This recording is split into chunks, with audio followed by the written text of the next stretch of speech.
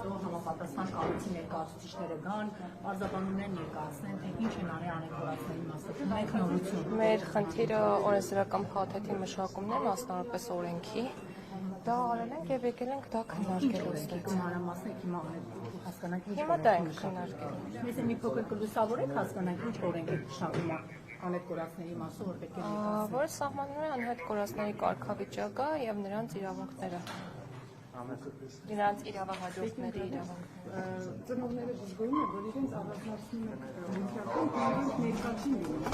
Ճիշտ կազմակերպայի իրավական հարցերին չեմ կարող պատասխանել։ Կազմակերպական, ոչ թե իրավականներով։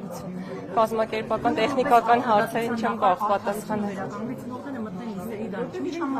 Ես չգիտեմ որքանով դա աղերս ունի արդարության վերականգնման հետ։ Այս ամենը ինչ որ արվում է իրականում անհետ կորածների, իրավահաջորդների իրավունքները պաշտպանելու համար է արվում։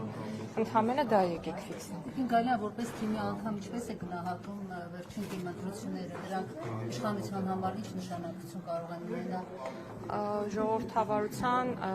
գերակա եւ հիմնական սկզբունքը փաստագրող նշանակություն ունի։ Իսկ սկզբում ասում են 50 գումարած մեկ հաղթելու եք, այսպես ասած ինչ հիմնավորում ունեն։ Յուրաքանչյուր քաղաքական ուժ անում է իր կանխատեսումները եւ հետո մենք գնահատում ենք արդյունքը եւ կրկնում եմ դա փաստում է մեր երկրում ժողովրդավարության առկայությունը։ Այս վարկանիշի դեպքում Հայաստանի իշխանությունը կարող է սահմանադրական հանրաքվե իրականացնել, ինչ է կարծում։ Հանրաքվե միշտ կարող է իրականացվել իշխող ուժի, այսպես ասած, ցանկությունը չէ դրա արդյունքը թե ինչ կլինի, հա, ժողովուրդն է որոշողը